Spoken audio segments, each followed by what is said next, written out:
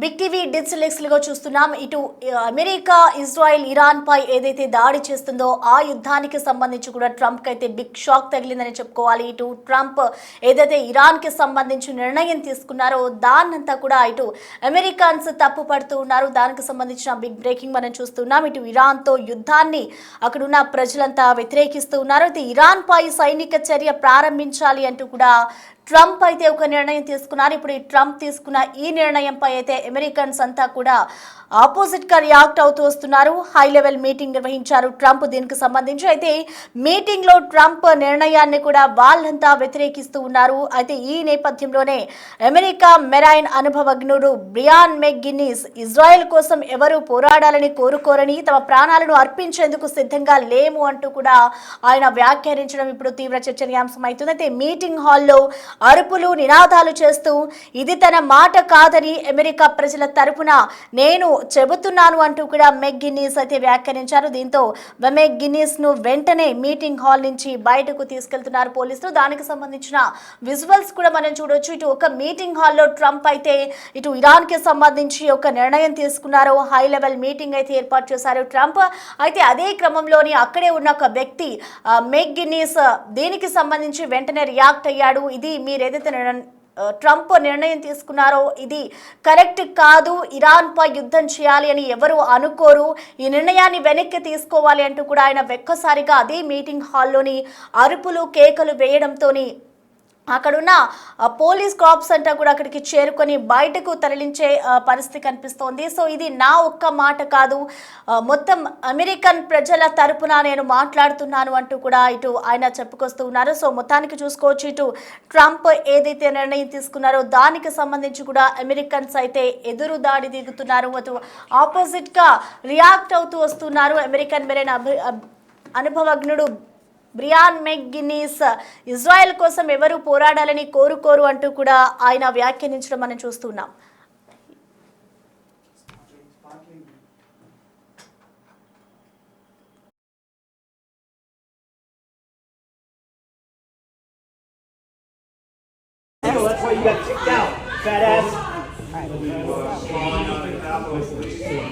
Everybody sit down, please. Sit down, please. Everybody sit down, please. Everybody sit down, please. I'm getting out of here. That's fine. Everybody sit down, please. Is your hand okay? Out! No one wants to fight for Israel! His hand! His hand! Oh! His hand!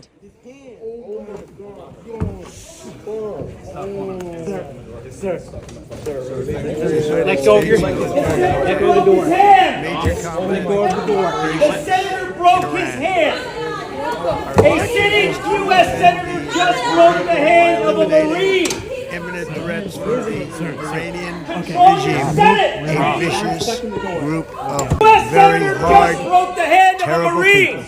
people. Its menacing activities directly endanger the United States, our troops, our bases A U.S. overseas, senator and just our broke allies the hand throughout of the a world. Marine. You're a coward. For 47 years, the Iranian regime has chanted death to America and waged an unending campaign of bloodshed and mass murder, targeting the United States, our troops, and the innocent people in many, many countries.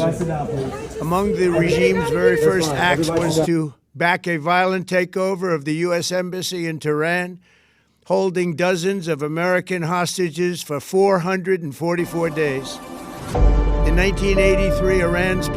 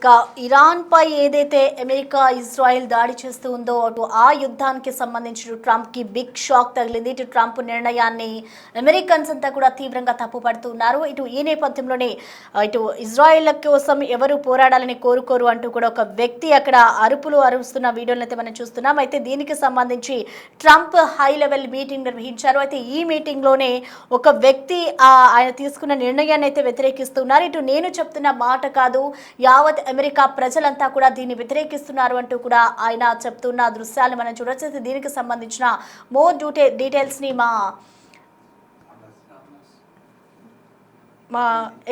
ప్రతినిధి రామ్దాస్ అందిస్తారు.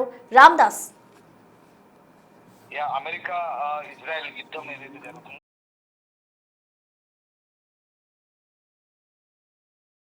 అమెరికాలో యుద్ధానికి సంబంధించి ఓవైపు సైనిక చర్యను కొనసాగించడానికి Trump అధికారాలను పరిమితి చేసే తీర్మానాన్ని సెనెట్ లో ప్రవేశపెట్టినప్పుడు ఆయనకు అనుకూలంగా 53 మంది మద్దతుగా ఓటు వేస్తే 47 మంది వ్యతిరేకించిన సందర్భం కనబడుతుంది. మరోవైపు ఇటు సెనెట్ కమిటీ విచారణ నుంచి మెరైన్ ఎక్స్పర్ట్ ఎవరైతే ఉన్నారో ఆయన్ను విచారణ నుంచి బ్రియాన్ మెగ్గెనిస్ అనే ఒక ఎక్స్పర్ట్ ఉన్నారు. ఆయన చాలా సీనియర్. ఆయన కాంగ్రెస్ విచారణ నుంచి ఆయనను అక్కడి నుంచి బయటికి గెంటి వేశారు.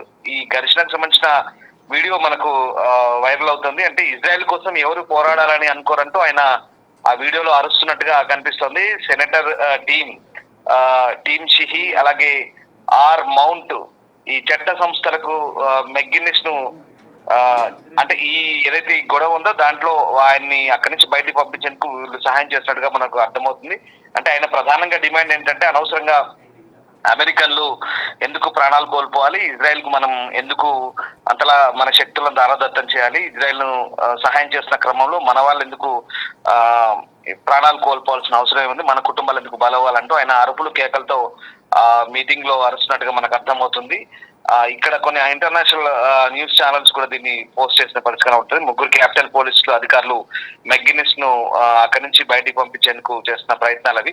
అయినా తనను తాను మెరైన్ ఎక్స్పర్ట్ అలాగే గ్రీన్ పార్టీ సంబంధించిన ఒక పొలిటికల్ లీడర్ గా ఆయన అభివర్ణించుకున్నాడు. ఇక మొత్తం మీద అంటే అధికారులు ఇక్కడ విచారణ నుంచి అతన్ని బయటకు లాగడానికి ప్రయత్నిస్తుండగా తలుపు చుట్టూ చేయి పట్టుకొని మెగ్గినిస్ ఇజ్రాయెల్ కోసం ఎవరు పోరాడాలని అనుకోరంటూ అరుస్తున్న దృశ్యాలు మనకు కనబడతా ఉన్నాయి. ఓవైపు ఘర్షణ తగ్గుముఖం పట్టడంతో ఒక అధికారి అప్పుడు ఆ సందర్భంలో ఆ తలుపు తీయడానికి సహాయం చేయడానికి ప్రయత్నిస్తాడు. తన చేయి తలుపులో ఇరుక్కుపోయి మెగ్గినిస్ ఆ అరుపులు కేకలు వేసిన దృశ్యాలు మనకు కనబడతా ఉన్నాయి.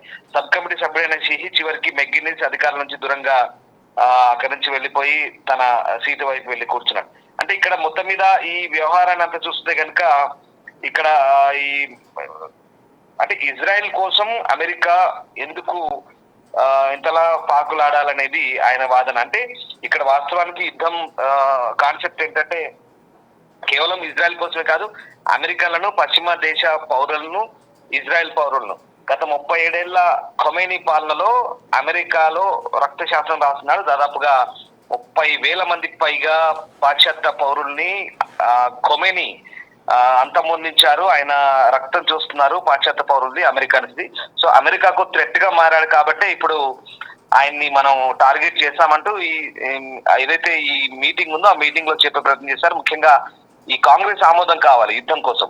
సో కాంగ్రెస్ ఆమోదం కోసం జరుగుతున్నటువంటి ఈ చర్చ ఏదైతే ఉందో దాంట్లో ఈ మెరైన్ ఎక్స్పర్ట్ అయితే ఆయన చెప్తున్న పరిస్థితి అంటే యుద్ధాలు అక్కర్లేదు, దౌత్యపరంగా ఏదైనా చర్చలు జరగాలి, సాధించుకోవాలి, మనం యుద్ధానికి వెళ్లాల్సిన అవసరం లేదు, అందులో మరీ ముఖ్యంగా మనాల ప్రాణాలు పోవడానికి అక్కర్లేదంటూ ఆయన అరుస్తున్న దృశ్యాలు కనబడుతున్నాయి. కానీ ఇప్పుడున్నటువంటి పరిస్థితుల్లో ఈయన చేసినటువంటి వాదనకు అంతగా అక్కడ సపోర్ట్ లభించినట్టుగా మనకు అర్థం కావట్లేదు. ఎందుకంటే మెగ్గినిస్ నార్త్ కరోలాలోని యుఎస్ సెనెట్ రేస్ లో గ్రీన్ పార్టీ అభ్యర్థిగా పోటీ చేస్తున్నారు.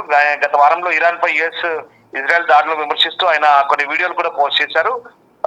ఇక ముఖ్యంగా అంటే జియోనిస్ట్ సూత్రాలను ట్రంప్ పాటిస్తున్నారు. ఇజ్రాయెల్ తమ సరిహద్దులను దాటి చుట్టూ ఉన్న మిగిలిన దేశాలకు విస్తరించే హక్కు ఉందని నమ్మే జియోనిస్ట్ దేశంగా మనం కూడా మారుతున్నామని ప్రపంచానికి తెలుసు. సో అమెరికా విమర్శల పాలవుతోంది. ఇరాన్ సుప్రీం నాయకుడు అలీ ఖమేని చంపి సైనిక ఆస్తులను లక్ష్యంగా చేసుకోవడం, పర్షియన్ గల్ఫ్ చుట్టూ అనేక దేశాలకు ఈ వివాదాలను మనం విస్తరించడం యుఎస్ కు ఎంత మాత్రం మంచిది కాదంటూ ఆయన అరుస్తున్న దృశ్యాలు అయితే మనకు కనబడుతున్నాయి. సో ఏదేమైనా ప్రస్తుతం ఉన్నటువంటి పరిస్థితుల్లో కొంతమంది అంటే భిన్నాభిప్రాయాలు వస్తున్నాయి. ఇప్పుడు ఇందాక మనం చెప్పుకున్నట్టుగా సెనెట్ లో డెమోక్రాటిక్ సభ్యుడు టిమ్ కైల్ తీసుకొచ్చినటువంటి తీర్మానానికి అంటే ట్రంప్ కు అధికారాలను పరిమితి చేయాలి. అడ్డగోలుగా ట్రంప్ నిర్ణయం తీసుకొని ఏకపక్షంగా నిర్ణయాలు తీసుకొని యుద్ధానికి వెళ్తే బాగుందంటూ కొంతమంది డెమోక్రాటిక్ సభ్యులు తీసినటువంటి తీర్మానం ఏదైతే ఉందో దానికి ఆమోదం దొరకలేదు. అంటే ఇక్కడ ట్రంప్ కు మద్దతుగా 53 మంది ఓటు వేశారు, 47 మంది మాత్రం వ్యతిరేకించారు. సో రకంగా ఆ తీర్మానం వీగిపోవడంతో అధ్యక్షుడి నిర్ణయానికి పూర్తి సపోర్ట్ వచ్చినట్టయింది. ఈ తీర్మానానికి రిపబ్లికన్ సభ్యుడు రాండ్ పాల్ కూడా అనుకూలంగా ఓటేశారు. సో డెమోక్రాటిక్ సభ్యుడు జాన్ పెటర్మ్యాన్ వ్యతిరేకంగా ఓటు వేసిన పరిస్థితి. అంటే ఏదేమైనా ప్రస్తుతం ఉన్నటువంటి పరిస్థితుల్లో పశ్చిమాసియాలో యుద్ధం ఎంత తీవ్రంగా ఉందో ఆ తీవ్రతకు ఇక్కడ ప్రధానంగా అమెరికా ఇజ్రాయెల్ కి రకమైనటువంటి తోడ్పాటు అందిస్తుందో మనకు ఈ అంశాలు చెప్తున్నాయి. అమెరికాలో కూడా సో భిన్నమైనటువంటి వాదనలు ఇక్కడ మనకు కనిపిస్తున్న పరిస్థితి కనబడతా ఉంది. ఏదేమైనా పశ్చిమాసియాలో ఇజ్రాయెల్ అమెరికా కలిపి చేస్తున్నటువంటి జాయింట్ అటాక్స్ ఏవైతే ఉన్నాయో ఇంకొక నెల పాటు జరిగే అవకాశం ఉన్నట్టుగా ట్రంప్ అయితే వెల్లడిస్తున్నారు. అంటే స్వదేశంలో కొంత వ్యతిరేకత ఉంది, కొంత ఆయనకు మద్దతు ఉంది. ఏ నిర్ణయం తీసుకున్నా అధ్యక్షుడి నిర్ణయమే ఫైనల్ కాబట్టి అక్కడోరు వ్యతిరేకించే అవకాశం ఉంది. కాబట్టి ఖచ్చితంగా అంటే ట్రంప్ తీసుకునే నిర్ణయాలను, విధానపరమైన నిర్ణయాలను, యుద్ధం అనే కాదు ఏ నిర్ణయమైనా కూడా చాలా మంది డెమోక్రాట్లు వ్యతిరేకిస్తున్నారు. మొన్న మనము ఐస్ ఏజెంట్లు ఎవరైతే ఉన్నారో, ఇమిగ్రేషన్ అండ్ కస్టమ్స్ వాళ్ళు ఎవరైతే ఉన్నారో వాళ్ళు నిర్దాక్షిణ్యంగా చాలా మందిని దేశం నుంచి బయటకు పంపినప్పుడు కూడా డెమోక్రాట్లు వ్యతిరేకించారు. అలాగే గ్రీన్ పార్టీ వాళ్ళు వ్యతిరేకించారు. అంటే ఆఫ్రో అమెరికన్స్ ఉన్నారు, అక్కడ కొంతమంది నల్ల జాతీయులు ఉన్నారు. ఇట్లా చాలా మంది కొన్ని రాష్ట్రాల్లో మనకు గొడవలు కూడా జరిగిన పరిస్థితి మనం చూసాం. సో అట్లా ట్రంప్ నిర్ణయాన్ని కొంతమంది స్వదేశంలోనే వ్యతిరేకిస్తే కొంతమంది స్వాగతిస్తున్నారు. బట్ ఇక్కడ సెనెట్ మాత్రం ఆయన నిర్ణయాలను ఆమోదం వేస్తూ ఒక నిర్ణయం అయితే తీసుకుంది. అంటే ఇప్పుడు దీన్ని బట్టి ఖచ్చితంగా ట్రంప్ కు మంచి బలమే దొరికిందని చెప్పాలి. సో ఇక్కడ ఇప్పుడు అమెరికా పెంటగాన్ సంబంధించి రక్షణ కార్యాలయం ఏదైతే ఉందో రక్షణ శాఖ మంత్రి ఎగ్సేత్ కూడా రేపు అంటే ట్రంప్ ఈయన అలాగే అధికారుల బృందం అంతా కూడా సమావేశం కాబోతున్నారు. ఇంకా యుద్ధాన్ని పెంచాలి, అవసరమైతే ఇంకొక నెల పాటు దీన్ని కంటిన్యూ చేయాలి. ఇంకా ఈ వెపన్స్ ని ఇంకా తయారు చేసుకోవాలి, దాంతో పాటు మందుగుండు సామగ్రి తయారు చేసుకోవాలి. దానికి కావాల్సిన అవసరాలేంటి, నిల్వలేంటి, ఇప్పుడున్న పరిస్థితులు ఏంటి, ఏ రకంగా ముందుకెళ్లాలనే దానిపైన కూడా ఒక కీలక మీటింగ్ జరగబోతుంది. ఆ మీటింగ్ లో ఇంకా వీటిని ఎట్లా ప్రొడక్షన్ చేయాలని కూడా ఆలోచిస్తున్నారు. సో ఏదేమైనా కొంత అరకొరగా వ్యతిరేకత అయితే వస్తుంది. కొంతమంది అమెరికాలో ఉన్నటువంటి అపోజిషన్ పార్టీలో ఉన్నటువంటి డెమోక్రాటిక్ కావచ్చు, గ్రీన్ పార్టీ కావచ్చు, ఇట్లాంటి వాళ్ళంతా కూడా అంటే వాళ్ళు గతంలో మిలిటరీలో పనిచేసిన కమాండర్లు అయినప్పుడు కూడా ట్రంప్ ను వ్యతిరేకిస్తున్న మంది కొంతమంది ఉన్నారు. సో అదంతా కూడా పెద్దగా ఎఫెక్ట్ ఏం చూపట్లేదు. ట్రంప్ తీర్మానాలన్నీ కూడా వీగిపోతున్నాయి. అంటే ట్రంప్ కు మద్దతుగానే చాలా మంది అక్కడ సపోర్ట్ చేస్తున్న పరిస్థితి కనబడుతుంది. ఏదేమైనా ఇప్పుడు ఉన్నటువంటి పరిస్థితుల్లో ఇప్పుడు అంటే ఇటు ఇజ్రాయెల్ అమెరికా కలిసి ఇటు ఇరాన్ పై అలాగే అటు లెబనాన్ పై విరుచుకుపడుతున్నాయి. అంటే ముఖ్యంగా ఇటు ఇరాన్ పాలకుల మీద అట్లాగే హెజ్బుల్లా మీద విరుచుకుపడుతున్నాయి. ముఖ్యంగా ఇప్పుడున్నటువంటి వాళ్ళ సెంట్రల్ కమాండ్ దెబ్బతీశాయి. ఇరాన్ సెంట్రల్ కమాండ్ ఏదైతే ఉందో వాళ్ళని దెబ్బతీసినప్పటికీ నేవీని కూడా దెబ్బతీసింది, ఎయిర్ బేస్ లను దెబ్బతీసింది. అయినప్పటికీ కూడా ఇరాన్ లో కొంతమంది ఎవరైతే మిగిలిన వాళ్ళు ఉన్నారో వాళ్ళంతా కూడా భయంకరమైనటువంటి మిసైల్స్, డ్రోన్లు ఉన్నాయో వాటన్నిటిని ప్రయోగిస్తున్నారు. అవి ఎంతలా ఉన్నాయంటే ఇంకొక నెల 2 నెలల పాటు వాటిని ప్రయోగించినా పూర్తి స్థాయిలో ఆ నిల్వలు అడగంటవు అంతగా తయారు చేసి పెట్టుకున్నారు. ఒక 2-3 దశాబ్దాల నుంచి అంటే 20-30 ఏళ్ల నుంచి వీళ్ళు అదే పనిలో ఉన్నారు. మిసైల్, డ్రోన్లను తయారు చేసి శత్రు దేశాల మీదకి యుద్ధాలు వస్తే కనుక ప్రయోగించేందుకు అంతలా ఆయుధ సంపత్తిని తయారు చేసుకొని ప్రస్తుతం ఇరాన్ సిద్ధంగా ఉంది. మనం కొన్ని దృశ్యాలు చూడొచ్చు.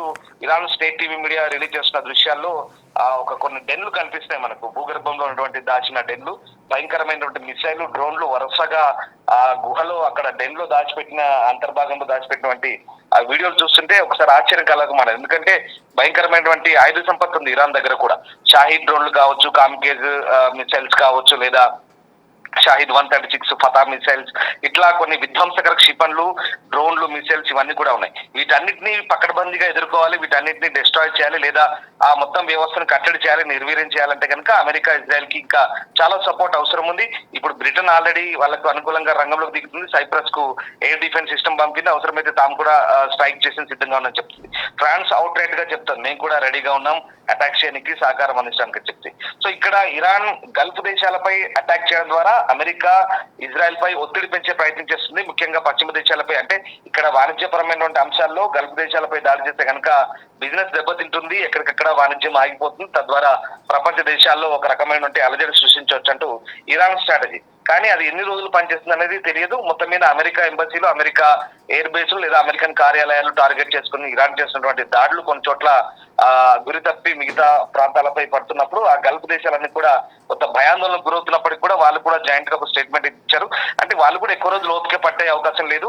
ఒకవేళ ఈ దాడులు శృతిమిస్తే వాళ్ళు కూడా తిరిగి ఇరాన్ పైకి దాడి చేసే అవకాశం ఉంది.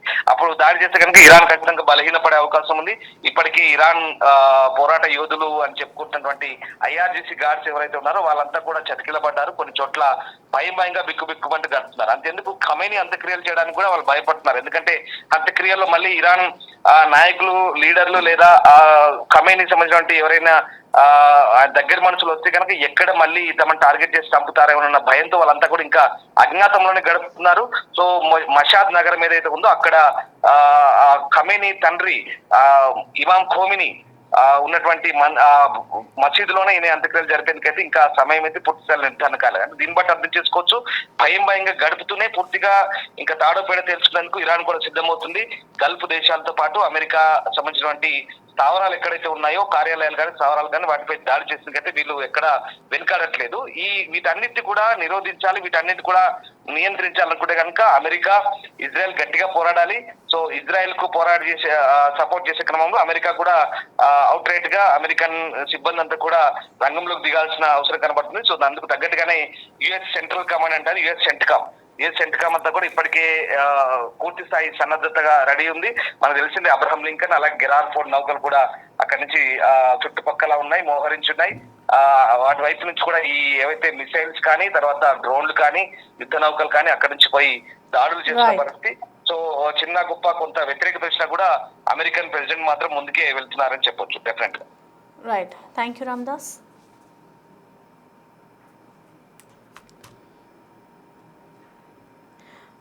ఇక మొత్తానికి చూసుకోవచ్చు, ఇటు ఇరాన్తో యుద్ధంపై అయితే ట్రంప్కు బిగ్ షాక్ తగిలిందని చెప్పుకోవాలి. ఇటు ట్రంప్ నిర్ణయాన్ని కూడా తీవ్రంగా తప్పుపడుతున్నారు అమెరికన్స్. ఇప్పుడు ఏదైతే ఇరాన్పై ఇజ్రాయెల్, అమెరికా దాడులు చేస్తూ వస్తుందో దీనికి సంబంధించి కూడా యుద్ధ ప్రాతిపదికన ఒక మీటింగ్ అయితే హై లెవెల్ మీటింగ్ని ఇరాన్కి సంబంధించి కూడా ట్రంప్ అరేంజ్ చేశారు. అయితే దీనికి వ్యతిరేకంగా కూడా అందరూ పోరాడుతున్నారు అంటూ ఇటు ఏదైతే మీరు నిర్ణయం తీసుకున్నారో ఇది తప్పు అంటూ కూడా ఒక వ్యక్తి అక్కడే అంటే ఒక కీలకమైన వ్యక్తి వ్యాఖ్యలు చేయడం అండ్ అందులోనూ అదే మీటింగ్లో అరవడం ఇదంతా కూడా అక్కడ తీవ్ర ఆందోళనకు గురి చేస్తుంది. సో ప్రజెంట్ అతన్ని పోలీసులంతా కూడా అదుపులోకి తీసుకొని బయటికి నెట్టివేసే ప్రయత్నం చేశారు. ఇది నా ఒక్కడి మాట కాదు, సో అమెరికన్ ప్రజలందరూ చెప్తున్న మాటలు ఇవే అంటూ కూడా ఆయన చెప్తున్నారు. సో ఓవరాల్గా చూసుకుంటే ఇటు ట్రంప్ యుద్ధానికి సంబంధించి మరో నెల రోజుల పాటు ఇదే కంటిన్యూ చేయాలి, ఇంకా యుద్ధం ఇంకా తీవ్రతరం చేసే అవకాశాలు ఎక్కువగా కనిపిస్తున్నాయంటూ కూడా ట్రంప్ అయితే వెల్లడిస్తున్నారు. సో ఓవరాల్గా చూసుకుంటే ఇటు ఇరాన్తో యుద్ధం ఇంకా ఆపాలి, ఇరాన్తో యుద్ధం చేసే అంత వ్యక్తులు మనం కాదు, ఇరాన్తో యుద్ధం చేయాలి అని ఎవరు అనుకోరు అంటూ కూడా ఆయన చేస్తున్న వ్యాఖ్యల్ని అయితే ఇప్పుడు తీవ్ర దుమారాన్ని నింపుతున్నాయి. సో ఓవరాల్గా చూసుకుంటే ఇప్పుడు ట్రంప్ ఇరాన్కి సంబంధించి హై లెవెల్ మీటింగ్ ఏర్పాటు చేసి ఒక నిర్ణయం తీసుకున్నారో దాన్ని అమెరికన్స్ అంతా వ్యతిరేకిస్తూ ఉన్నారు.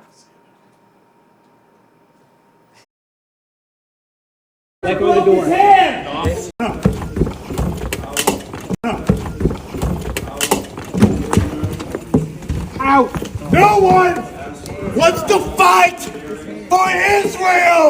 His hand! Oh! His hand!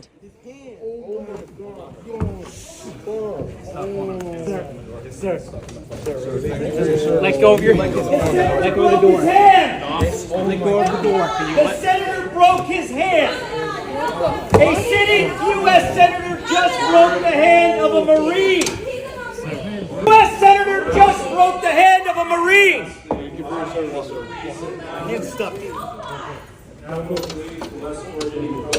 A U.S. senator just broke the hand of a Marine. You're a coward. You got kicked out, fat ass.